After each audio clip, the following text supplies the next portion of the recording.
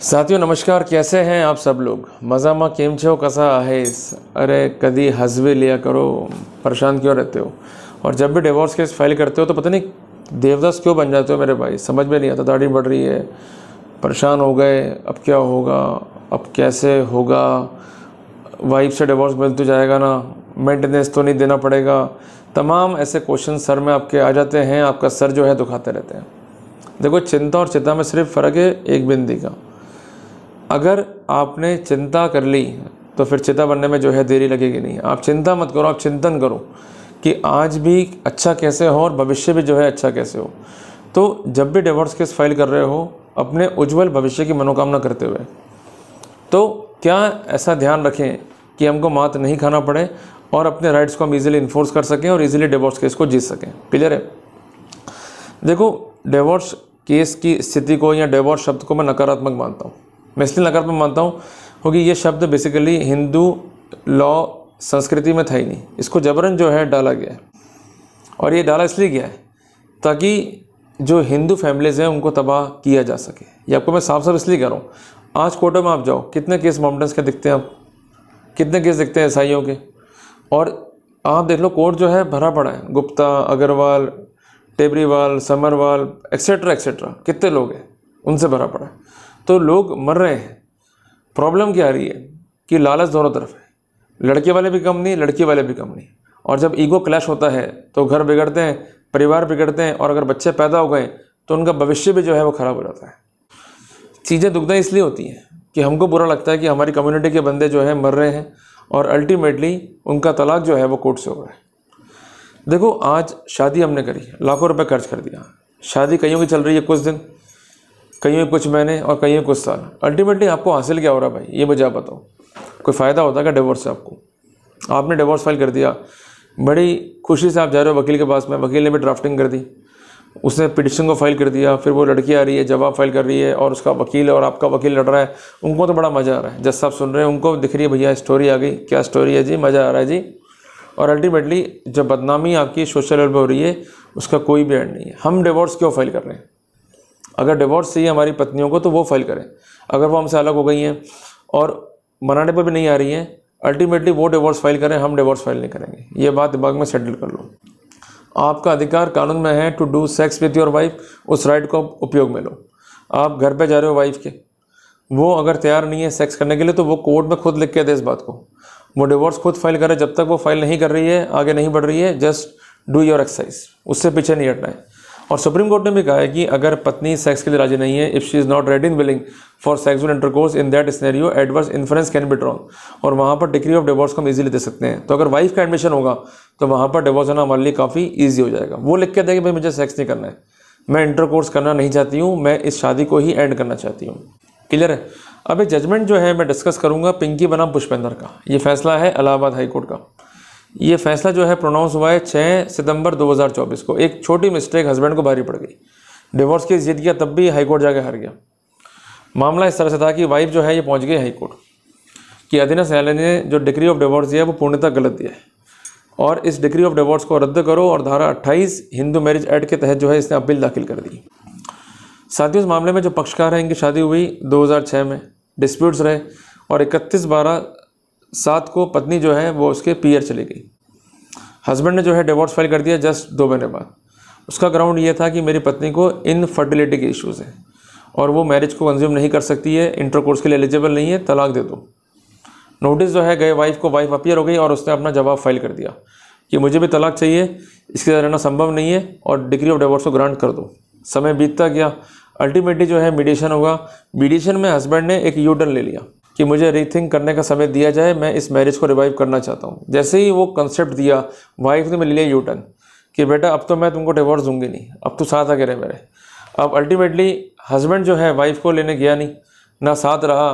तो ऐसा contact appear हुआ कि हस्बैंड ने कोर्ट से ब्लफ प्ले किया है, और अल्टीमेटली वाइफ ने इसको आधार बना के नए कॉज ऑफ एक्शन पे एक नया जवाब जो है कोर्ट में दाखिल कर दिया। उसका कहना यह था कि जब पहला जवाब था मैं उस समय राजी थी, पर जब हस्बैंड ने कहा कि मुझे रिवाइव करना है तो मेरी अंतरात्मा जग गई कि नहीं भाई साथ रहना चाहिए, तो अल्टीमेटली मैं साथ रहने को तैयार हूँ। अब वो ही नहीं आ रहा तो मैं क्या करूँ।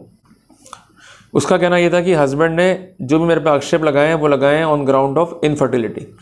अगर ग्राउंड ऑफ इनफर्टिलिटी है, उसको सही मान मिला, तो बच्चे कहाँ से हुए? ये तो है नहीं कि ऊपर से फेंक दी छत से, भगवान ने मैंने पकड़ लिए। आप सबको मालूम बच्चे कैसे होते हैं? सेक्स करने से होते हैं। इंटरकोर्स होगा और जो सीमन है वो वजाइना के थ्रू जो है एक स्पेसिफिक पार्ट में जाएगा, एक एम्ब्रियो बनेगा और वो डेवलप होगा और अल्टीमेटली बच्चा आ जाएगा। यही तो प्रोसीजर है। अभी तक तो मैंने ये प्रोसीजर देखा है। या IVF का ऑप्शन भी है, या बच्चा अडॉप्ट कर लो, यही ऑप्शन है। छत से कोई बच्चा फेंकने से थोड़ा ना आता कि ये छत से फेंक दिया और बच्चा कैरी कर लिया। ऐसी फालतू की बातें ना बच्चों को बताया करो, इससे मिसगाइड होते हैं बच्चे। क्लियर है? उनको प्रॉपरली गाइड किया करो। तो अल्टीमेटली वाइफ ने जो है फाइल कर दिया सेकेंड रिटर्न स्टेटमेंट। कोर्ट ने कहा कि भाई ये रिटर्न स्टेटमेंट बैड है। हस्बैंड ने भी आपत्ति कर दी, तो कोर्ट ने एज पर ऑर्डर 8 रूल 9 CPC की पावर एक्सरसाइज करते हुए सेकंड रिटर्न स्टेटमेंट को डिस्कार्ड कर दिया, रिजेक्ट कर दिया। हस्बैंड को जो है डिग्री ऑफ डिवोर्स दे दिया। हस्बैंड खुश, बल्ले बल्ले कर रहा है। उसको पता ही नहीं कि उसकी गलती उसके खिलाफ कितनी बड़ी स्थिति पैदा करने वाली थी। जब मामला जो है हाईकोर्ट में गया तो वाइफ ने 3 पॉइंट रेज कर दिए, और ऐसे पॉइंट थे जिसने हस्बैंड को धराशायी कर दिया, उसकी डिग्री ऑफ डिवोर्स को उड़ा दिया। सबसे पहला पॉइंट उसका ये था कि मेरे हस्बैंड ने मेरे साथ जो है ब्लफ किया है। एक तरफ तो वो कहता कि मुझे डिवोर्स चाहिए, और during the course of mediation proceeding वो कहता कि साथ रहना है। तो अगर साथ रहना है और ये स्टेटमेंट जो है मीडिएशन में है और सब्सिक्वेंट डिवोर्स पिटिशन है और उस पर अमल नहीं कर रहा है, तो उसका मतलब वो अपने आचरण को दूषित कर रहा है। इक्विटी खत्म हो जाती है उसके पक्ष से, और कोर्ट ने इस स्थिति को घातक माना। इसलिए बार बार मैं कहता हूँ कि डिवोर्स या तो फाइल करो मत, और करो तो यू टर्न मत लो। आपने पिक्चर देखी है स्त्री, उसमें क्या सिखाया था कंसर्न व्यक्तियों को कि जब भी स्त्री आवाज़ लगाए पीछे मुड़ के नहीं देखना है। पीछे मुड़ के देखा तो तुमको उठा के ले जाएगी वो। तो वो स्थिति यहाँ पर है। अगर आपने डिवोर्स फाइल कर दिया और यू टर्न ले लिया, पीछे मुड़ के देख लिया, तो भैया गए, स्त्री आपको उठा के ले जाएगी, केस वहीं हार जाओगे। दूसरी बात यह है कि मीडिएशन जब भी हो तो आपको उसके लिए मना ही करना है, क्योंकि हम डिवोर्स की तरफ आगे बढ़ रहे हैं। मीडिएशन तब होता है कि जब सुलहनामा की स्थिति है। केवल एक ही पर्सपेक्टिव, अगर वाइफ रेडी म्यूचुअल डिवोर्स के लिए तो वो फाइल कर दे, पर हम मीडिएशन में कोई सुलहनामा की बात नहीं करना चाहते हैं। इसके अलावा ऑर्डर 8 रूल 9 CPC के स्कोप को कोर्ट ने डिस्कस किया। उनका कहना यह था कि ऐसे स्टेटमेंट को as a matter of right जो है दाखिल नहीं कर सकते हैं। जब कोई नया स्टेटमेंट फाइल पर आता है और ये सब्सिक्वेंट प्लीडिंग की श्रेणी में है, तो स्पेसिफिक कॉज को जो है शो करना पड़ेगा। जब तक स्पेसिफिक कॉज नहीं है तब तक कोई भी रेमेडी जो है एज पर लॉ कोई पक्षकार नहीं ले सकता है। क्लियर है? एक बात मैं स्पष्ट करना चाहता हूँ, अशोक कुमार कालरा का एक जजमेंट है ऑनरेबल सुप्रीम कोर्ट का, उसमें भी यही व्यू रिट्रीव हुआ कि स्पेसिफिक स्टेटमेंट्स क्या है, स्पेसिफिक पॉइंट्स क्या है, जिसके आधार पर कोर्ट जो है न्याय कर सके। अगर कोर्ट जो है उन पॉइंट्स पर न्याय नहीं कर सकता है, ये वो पॉइंट जो है बोनाफाइड नहीं है, ये प्रोसीडिंग के नेचर को वो चेंज कर देंगे, तो ultimately they can not be taken on record. But ऐसे पॉइंट जो अपने आप में इंडिकेट करते हैं कि यू आर बोनाफाइड और अगला जो है वेलाफाइड है, तब वो स्टेटमेंट जो है रिकॉर्ड पे आ सकते हैं। और इस पर्सपेक्टिव में सेकंड रिटर्न स्टेटमेंट भी परमिजेबल होगा। इसके अलावा एक जजमेंट है कांतिपुड़ी बनाम पुट्टा वेंकटा का, आंध्र हाईकोर्ट का, ये भी महत्वपूर्ण है। जजमेंट है river valley T company limited बनाम असम गैस कंपनी लिमिटेड का, ये भी महत्वपूर्ण है। जजमेंट है गुवाहाटी हाईकोर्ट का, for fair decision the subsequent pleading can be taken on record. इसके अलावा कोर्ट ने जो है डिफरेंशिएट किया इस केस में बहुत बड़ा। यूजुअली कहता है कि आप जब डिवोर्स केस फाइल कर रहे हो और वाइफ आगे कि मेरा डिवोर्स स्वीकार कर लो, और अल्टीमेटली वो कंसेंट विड्रॉ कर रही है, तो ये वैसे ही जैसे कि म्यूचुअल डिवोर्स में होता है कि इनिशियली डिवोर्स फाइल हो गया और कंसेंट दी वाइफ ने और बाद में उसको जो है विड्रॉ कर लिया। जब भी कंसेंट दी गई है तो ये एडमिशन नहीं है, कंसेंट को बाद में विड्रॉ कर सकते हैं। क्लियर है?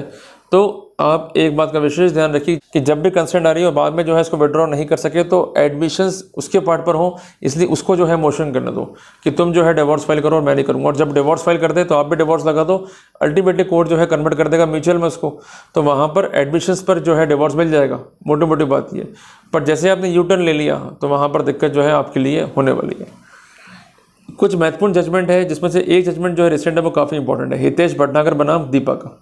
जजमेंट है 2011 का कि consent one given can be taken back again. तो इसलिए वो कंसेंट का खेल जो है वो ना खेल सके, तो इसलिए उसको डिवोर्स लगाने दो और आपको भी साथ साथ चलना है bye filing a separate case for divorce, ताकि court section 10 sub clause 3 family court act में उसको पावर को एक्सरसाइज करते हुए म्यूचुअल डिवोर्स में कन्वर्ट कर सके। वहाँ तो जस्टिफाइड है, पर आपको रिवाइवल करने के, रिव्यू करने के, सोचने के, विचारने के, निर्णय पर काम नहीं करना है कि अगर आप मानस बना चुके हो। अगर मानस नहीं बनाया तो फिर आप डाइवर्ट करते रहोगे, वो आपका ऑप्शन है। क्लियर है?